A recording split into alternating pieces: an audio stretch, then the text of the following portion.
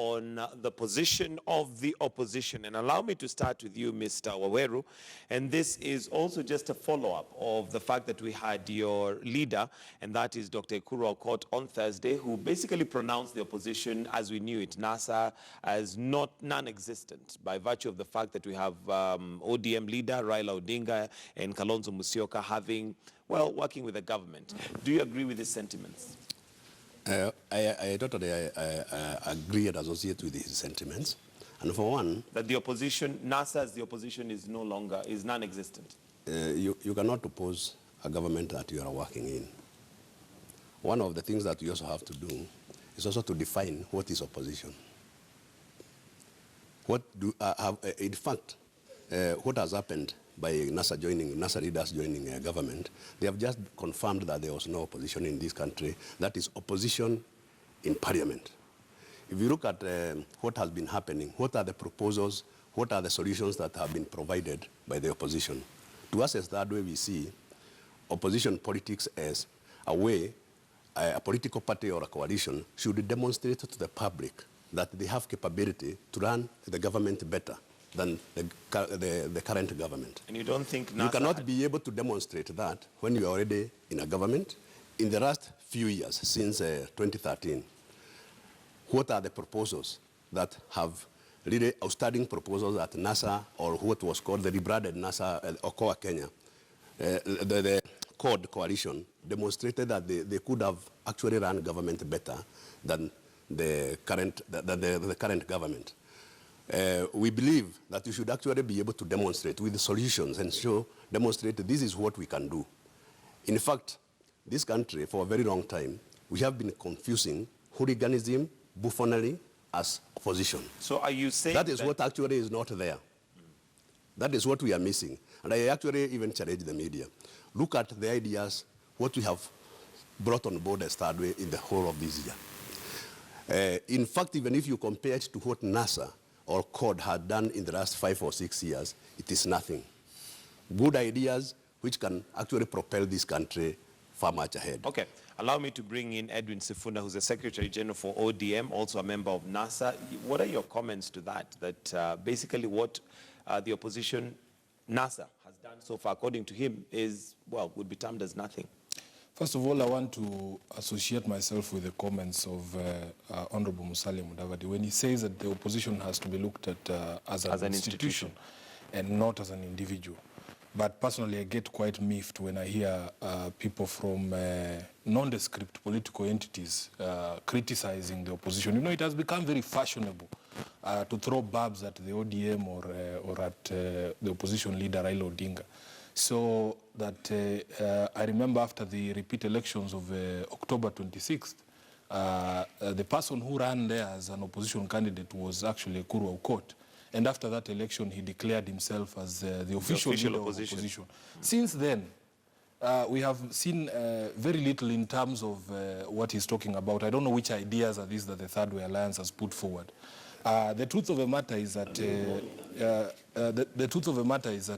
being an opposition, a government watchdog, and an alternative is something that you do on a daily basis. People want to see how you interrogate the happenings of the day every day.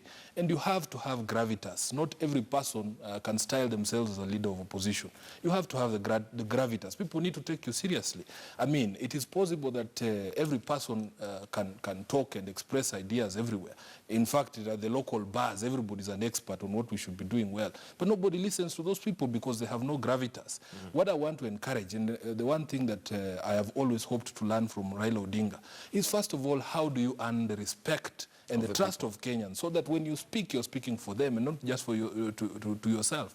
I mean, some of these people, I have postulated here that Kenyans know where to go for leadership. When Kenya Airways was inaugurating its first flight to New York, they looked for the most experienced captain because it is a serious business. We are not saying that they will not be on that plane. They will be on the plane, but they will not be the ones flying it. Kenyans know where leadership comes from. Yeah. All right. Are you actually confirming? That is why Kenyans did not elect your coalition leader. We didn't run. You are the ones who ran against Uhuru. We were not on the ballot. But You knew you didn't have numbers. All right, Irungu Kangata, let me come to you. And the question of opposition, there has been claims that Uhuru Kenyatta and Jubilee, for that matter, has tactfully and intentionally targeted the opposition leaders from NASA to silence them. Do you feel that that is the case?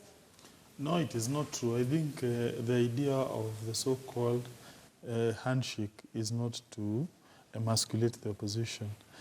Going forward, I foresee the people in the opposition, they can continue criticizing the government, they can continue raising issues. No one is going to raise any problem with them. Remember, by the way, they occupy positions which are provided for under the law. For instance, in the National Assembly or even in Senate. And if we take an example, even the appointments that the president did, when it came to the vetting, we did not hear much from the opposition or from NASA leaders who are in parliament, which is one of the areas that would expect that they would be exercising oversight. Well, I disagree with that notion that for opposition to be seen to be working, it must always oppose each and every. Not always oppose, but hold to account. There's a difference. There's a difference. Well, I agree. That does not necessarily mean fighting the appointments. By the way, Parliament as an institution is supposed to be... They may not, allow me to pose you, they may not fight the appointments, but they boycotted. They were not there, well, which is what Kenyans had put them there for, to oversight. In fact, boycott to me is a form of protest. Absolutely. It is a form of protest. So meaning, to that extent, they worked, if you look from that angle. So therefore, I think the minority leader, the minority whip, they will continue doing their work. I don't foresee them stopping doing their work. Because right. Miruru, are you confident that the opposition will continue doing their work? The opposition, let us say opposition in parliament. The problem with this country is that most of what we have been calling the opposition is centered on an individual. So if an individual makes a decision to join government, the rest of them follow. But it's not an individual that you can wish away by virtue of the fact that they're numbers. We may not wish away. But there's this aspect. Let's say before the handshake, the MPs in the so-called opposition, they boycotted even what you're talking about, the vetting of the executive appointments. It is their right to do that. But for one, who elected them? They are people who they elected. They actually betrayed the people who elected them. Because as an MP, you are elected by a certain constituency. Now you have seen even ambassadors being recalled, whereas these guys could have also contributed. In fact, there is a whole memorandum that Thirdway submitted to Parliament to the crack during that period, and we gave our guidelines. But now let me ask you, Mr. Miruru, as the opposition then in Parliament, they should have actually not approached the issue as just a confrontational issue, because after boycotting, then what? Okay. Let me just provide what some context. What did you achieve? In that particular instance, Mike, let us not pretend like we can erase history. The fact of the matter is that the opposition MPs boycotted that particular session because they did not, at that particular moment, recognize the appointing authority. Number two, Kenyans understand that Parliament, because we have a presidential system of government, Parliament as an entity are the ones that are responsible for checking the executive, including vetting the people who are appointed by the president.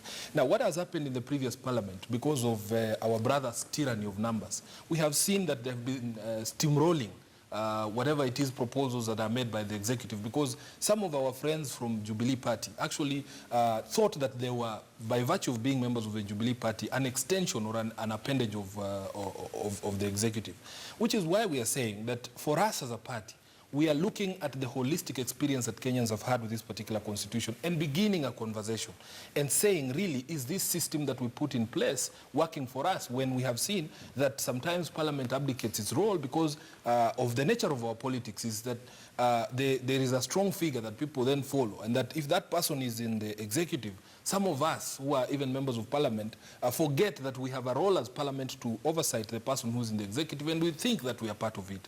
So you will see, for instance, previously, there are certain mechanisms that we put in the Constitution for checking the executive that were essentially neutered. For instance, last Parliament, you could not even bring a bill before the floor of the House to impeach a cabinet secretary. You will remember that whenever an attempt was made, a PG was called, say, at State House, and even the mover of the motion would disappear.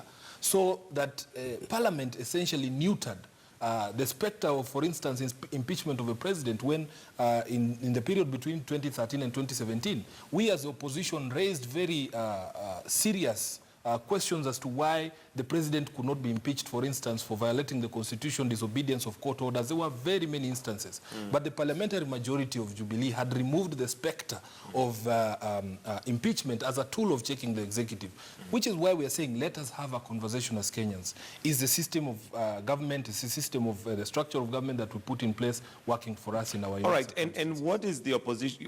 Let me first of all maybe just clarify. Is NASA still the opposition?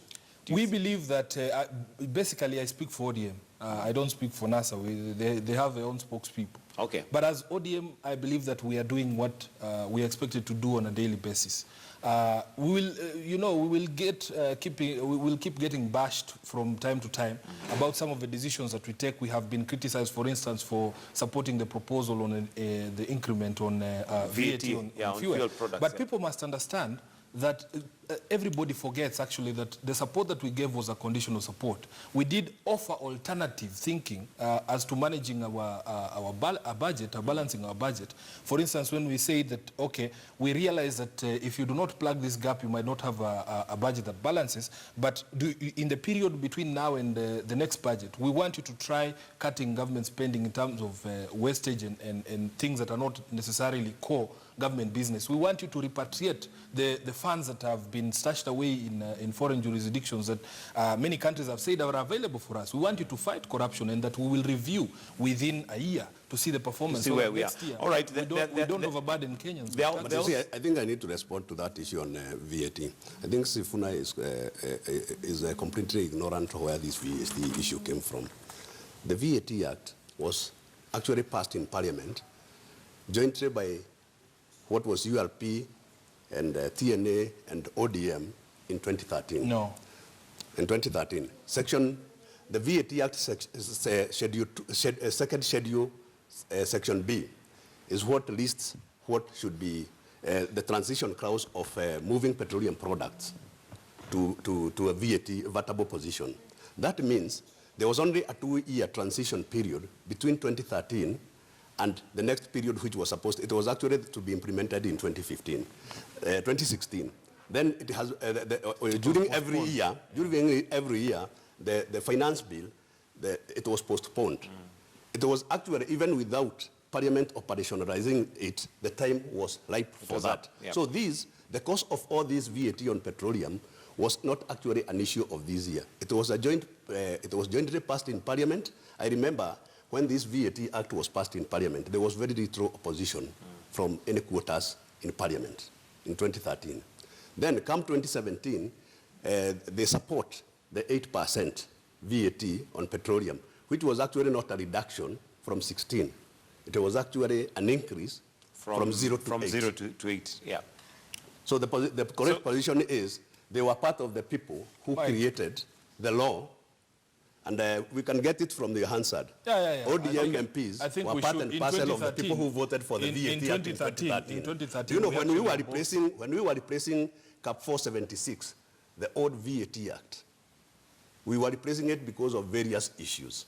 Okay, but staying to the debate that we'd like to have this morning, and this is the position of opposition, and what I was asking Edwin Sifuna is, one, you still feel that ODM is part of the opposition. Now, there are certain things that, especially before the election, before even the boycott, that ODM was very passionate about. Yes. And so far, we don't seem to hear that voice anymore. For example, electoral malpractice. We've not had ODM come out strongly and say, this needs to be fixed now. And we cannot be fixing these things just before elections. Now, that is a very good question. I believe that the agenda of electoral reform is still on the table.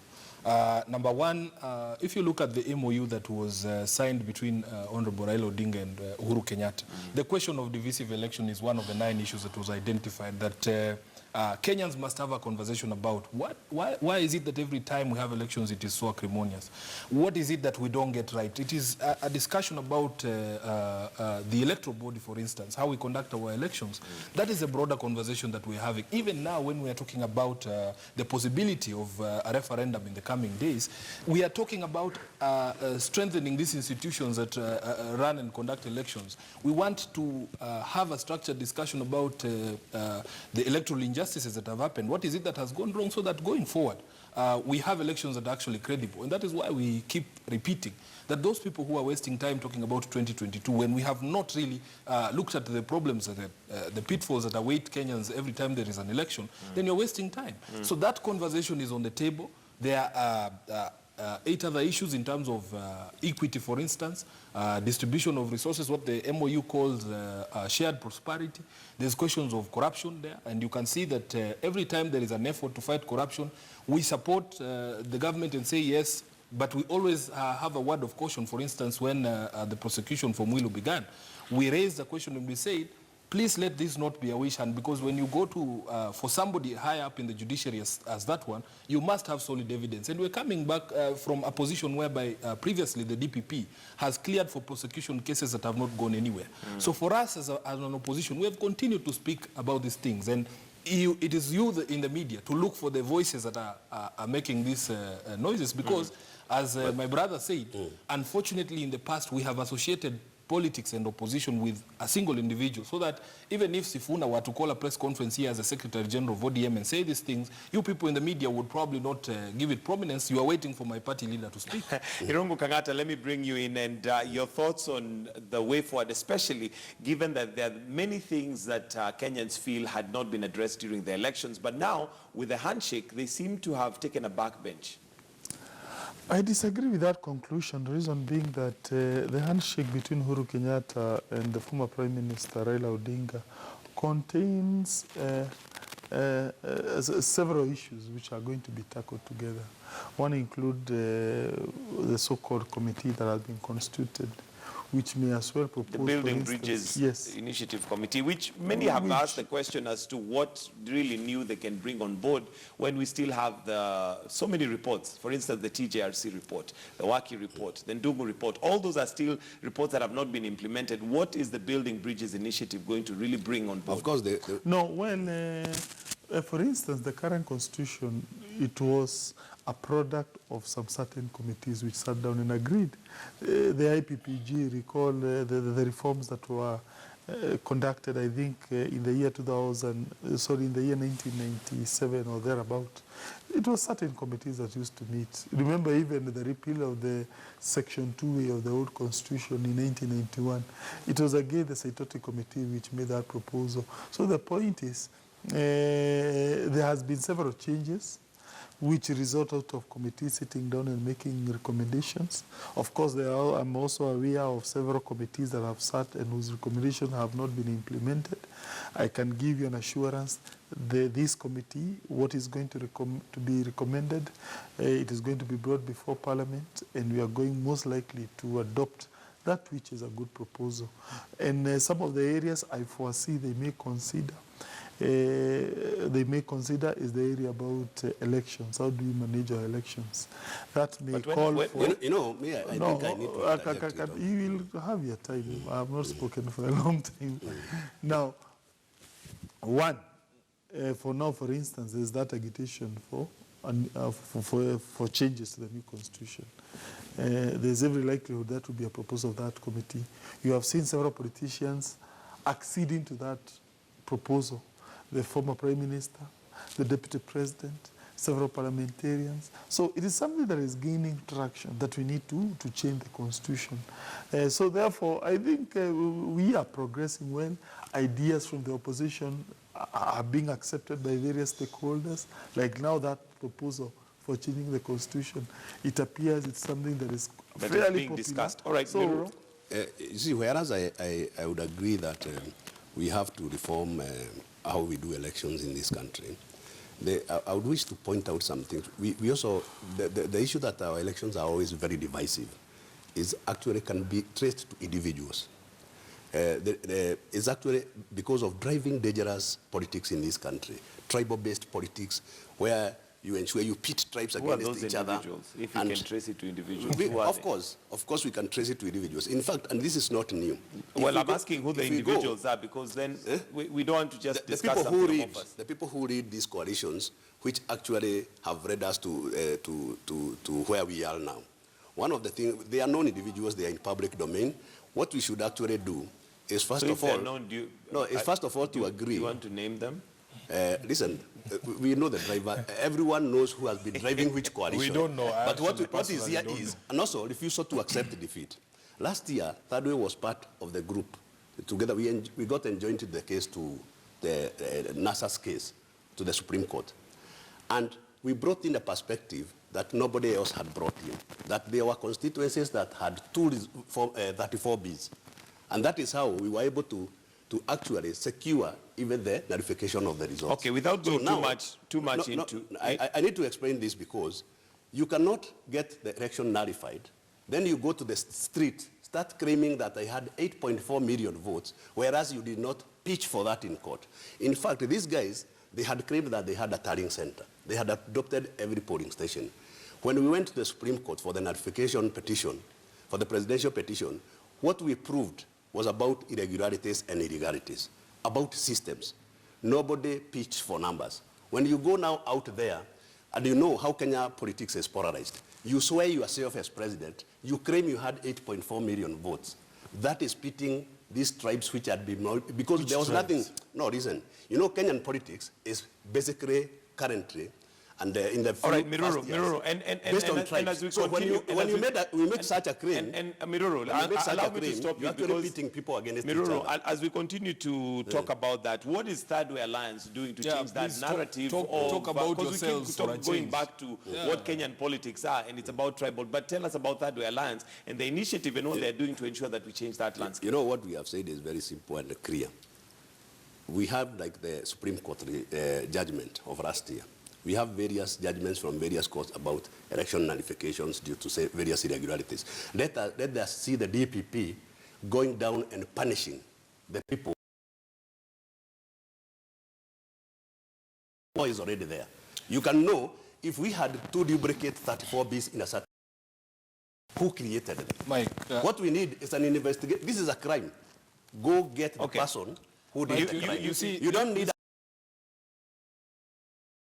of leaving other people's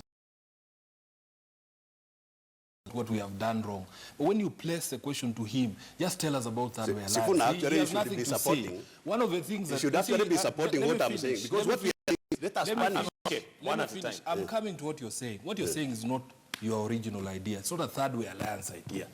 This was something that we pronounced immediately we left the Supreme Court after the decision. We said the people who are responsible for bungling up Kenyan's elections should be taken to court. After we left the Supreme Court, Mike, you know, people need to understand that we are not fools. We don't forget history. I don't know why you want to put your head in the sand. We did give certain minimum conditions drawn out of the decision of the Supreme Court that for us to have a credible repeat election, then we must address the issues. The irreducible minimum. Absolutely. So I don't understand. We want to hear when people don't start your arguments with Raila Odinga and ODM. All right, let me come back to you. Let me come back to you, Miruru. He has said for the past 1 year there have been these brilliant ideas. Probably just putting a light under the table. Put it here before Kenyans. Let us hear which. All right, Miruru, and I come to you. You started and you ably said that if we define an opposition, it is what we would call a government in waiting, with ideas, with some of the. What is it that Third Way Alliance is putting on the table and saying, look, on the issues of opposition has failed, or rather, ODM has failed, because it's ODM that we have here represented by the Secretary General. Jubilee has failed. We have Irungu Kangata, who's a member of Jubilee Party, and therefore Third Way Alliance. This is what we're putting on the table, you know, that these two have failed, for their parties. You know, we were the only party that submitted a memorandum to both Parliament and the Treasury on the national budget proposals.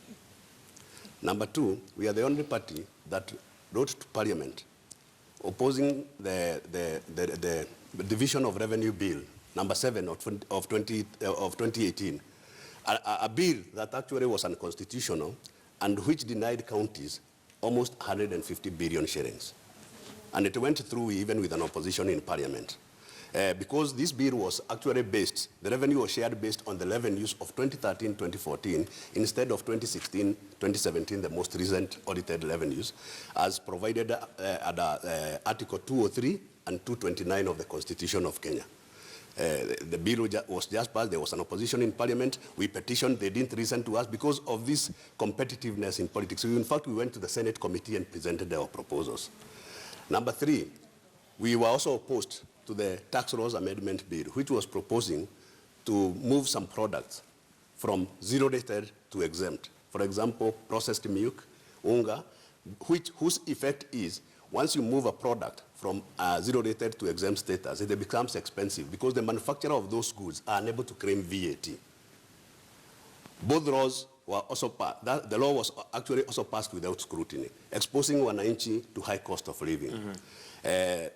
Number 5, we are also the only party. On 16th August this year, we did a memorandum which we submitted through the clerk of the National Assembly, asking Parliament to exempt VAT, to actually amend the VAT law, Section B of the first schedule, and move it to the first section so that petroleum products become exempt as they were before. Okay. In fact, even our brothers in ODM or NASA, who really claim to care about the ordinary mwananchi, did not even support our idea. Yeah, the memorandum is still in Parliament. We are not there. You know, we to should support, actually, no, listen, you see, politics alliance is competitive, but what we should actually always do is, when something is good, actually, as guys, we don't believe in opposing everything that even Jubilee does, because it is not something that is good for the country, should actually be applauded. Okay. Chairman, what I want to encourage you, you've said yourself that politics is competitive. Third Way Alliance needs to become competitive. You need to get to a place where you can actually put an MCA in a county assembly or a member of parliament in the house. On a daily basis, the National Assembly receives a dozen, I think it's in the thousands in terms of these love letters that the Third Way is sending to the houses. Those memorandum are received by the ton every day. I can confirm with our minority whip, like Junet receives petitions every day. Not every petition is sufficient to even move Parliament to be able to see that there is sense here. There is nothing special about sending memorandum to Parliament. This is something that ordinary Kenyans do every day. But they don't harangue us on TV telling us that they are the alternative. No, what Kenyans want is leadership that actually gets them results, gets them done. It doesn't matter how loudly you backed against the VAT bill. At the end of the day, you did not get the bill to fail. Kenyans want results. Has the life of Kenyans improved because of the backing? What we have said as opposition is that Kenyans are used to a traditional form of opposition, that there are certain things, as milestones. There are things that Kenyans are not seeing, they're not hearing on their TV screens when they turn them on. A change of strategy does not mean that you have become part of the system.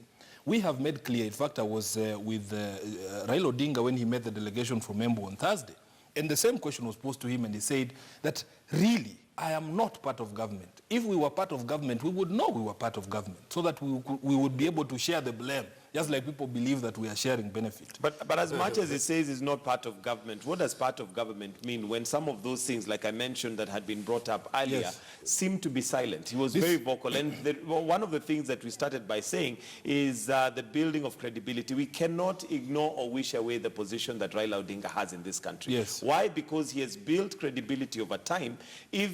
And the same famous saying is that if he says your wife is pregnant, ask when she's going to give birth, because of credibility. Absolutely. But that credibility now seems to be compromised by virtue of the fact that he is very close to the president, and one wonders if he's able to put the president at task like he did before. Once you have established that credibility, then I really think that it behooves you to give him the benefit of doubt, that at a very minimum, he knows what he is doing. That it is possible for us to achieve things together in this country without necessarily being confrontational. When you asked me the question about the agenda of electoral reform, for instance, we as ODM have always reminded both our principals, including President Kenyatta, that now we must start seeing some of these conversations being had. And you can see the Building Bridges Initiative team has already started going around listening to Kenyans about some of these issues. I do not think that it is the intention of anyone to sweep under the carpet the happenings of the elections. The truth about who won that election, the violence that occurred during that time, state violence, the people who lost their lives. Every time that we speak about these things, we bring these issues out. We have not stopped talking about the fact that this society is still a very inequitable society. What is it that we need to do as a country to make everybody feel that they are part of this country, that they have a future in this country? Now, since it's a conversation that we keep having. Since Raila was sworn or saw himself as the people's president, yes, what message does he have for the people? Now, the message that he has for the people, you have to get it from him. He is the people's president. But the fact of the matter is that people must not give up hope. We are trying to form a perfect union in this country. And those key issues, you see, Mike, we must not gloss over issues. If a question is posed, why is it that Kenyans are so divided? It is a conversation about the software of this country. And I've postulated that there are people who have difficulty talking about the software issues of this country. People just want to hear about roads and electricity and water. But at the end of the day, we have all these things, but yet we have a very fractious society. We want to sit down and have a conversation. Why is it that I cannot see my brother from Mount Kenya? When they sit across the table, I see a cup and they see a plate. I mean, we need to close that gap so that we can have a meaningful conversation about what really ails this country. Irungu Kangata, one of the promises that Jubilee made as they came into power was the fact that they would reduce the cost of living for Kenyans. That has not happened. Can we confidently say that Jubilee is failing so far? No, it is not. I say that since 2013, I have seen tremendous changes economically. Yes, to the higher. For the Kenyan Mwananchi, we're paying more for unga, we're paying more for fuel. I disagree. One, you disagree with the fact that we're paying more for unga? No, we are I actually disagree paying with the more notion for that the common man's fortunes have gone down for the last several years when Jubilee government has been in power. And the fact speaks for themselves. Number one, cash transfer. For the first time, we have thousands of Kenyans, particularly the old people, who are now receiving cash transfer. Anyone beyond 70 years and above is currently being paid money by government. That's a major milestone because it means we are cushioning poor people from poverty. We are cushioning against the extreme poverty to our people, particularly those people who are in the rural areas. So to me, that's a major gain. And for the first time that has happened under the presidency of Uhuru Kenyatta and his government. Number two, when we joined government in 2013, the people who had electricity, there were about 2 million households. Currently, we have tripled that number, and particularly in the rural areas. We are now about 6 million households which have power. We are talking of healthcare. The people who had taken insurance by the time we were joining government, how many were they? To me, when you look at the figures, we have been able to double that within the last 6 years. Okay. What about the facts? Look here. No. Look here about education. All right. Listen. Education. The greatest expenditure of our households is usually in education, particularly high school education. Costs have now fallen. Joining a day school, you only pay for what is called, I think, you can't even pay for tuition. You pay for what? For lunch currently. Otherwise, the rest costs are now being paid. All right, Irungu Kangata, I think what would most Kenyans would judge Jubilee by is how much you pay when you go to the supermarket, which that has actually become extremely expensive. Jobs have not been created as Jubilee had promised, so many might feel that they have failed. But we'll need to wind up because of time. Let me start with you, Mr. Miruru, on your closing comments and whether you feel that the Building Bridges initiative or the team that has been set up has anything to give Kenyans. No, the Building Bridges task force will actually end up with what we already know. We are actually wasting public money with the building bridges. So you don't think they have anything to offer? Yeah, Kenyans? They should actually pack and go home, and we as and let the government implement the already findings that are existing. We have the working report, we have the TJRC, we have the Kennedy Creek report of '92, we have the Acuum report. We know what ails Kenya. Let those reports be implemented. Okay. Once they're implemented, nothing will go wrong. Then, before we leave, I want to give my friends Sifuna here present on the Punguza Mizigo so that you go and read it Thank you. And so that we can always be able to argue from a point of Do you have information. a soft copy? I'm more of a digital. You can go to our website, thirdwayalliance.com, but I also need you to just, give this you should have as a carried a link. souvenir. Asante. All right, Edwin Then this one Sifuna, will be for you. your closing comments. Thank you. Your closing comments, Sifuna. First of all, just from a casual perusal of this document, I was expecting to receive a bill. This does not look like a bill. It looks like one of those love letters that Can they you send listen? to... Article 257 is very clear. A proposal to amend the constitution Allow may me be to finish. through a general suggestion. Allow me to, you give me a document, then you don't want me to interact with the document. I'm just saying, from a casual perusal, this is not a bill. Because we've been hearing all these noises that you have this bill that you've prepared on the constitutional amendment. And you know that I am a lawyer. Nobody has talked about a bill. This is a general suggestion. All right. These general suggestions. I need your closing Article comments. 257. Yeah, these general suggestions you can give to the ordinary wananchi out there. But when you come to meet a lawyer of my caliber, you bring to me this bill. And that the you've been Secretary claiming. General of Yeah, ODM. what I want to say You'll to get the Kenyans is bill. that for us, we have not abandoned the journey to the Canaan that we saw. A country where everybody has equal opportunity, a country where people coexist, together as brothers and sisters. I was happy over the weekend. I was in Laikipia County and I met the governor there. He's trying to have activities and events that bring together communities because we have had a lot of tension there with pastoralists and landowners there. We want to have a society where everybody feels that they can be proud of. So that when the question is posed, are you happy to be Kenyan? Are you proud to be Kenyan? The answer is going to be yes in future. All right, thank you very much. Irungu Kangata, your closing comments. First and foremost, people need to know Raila Odinga and Kalonzo Musyoka are now in government. Are now in government? Yes, they are. They are. Reason being, the position that they have been nominated, those are state positions. They are state positions. The AU is a branch of government. Yes, no. You are sent there by the sovereign. You are sent there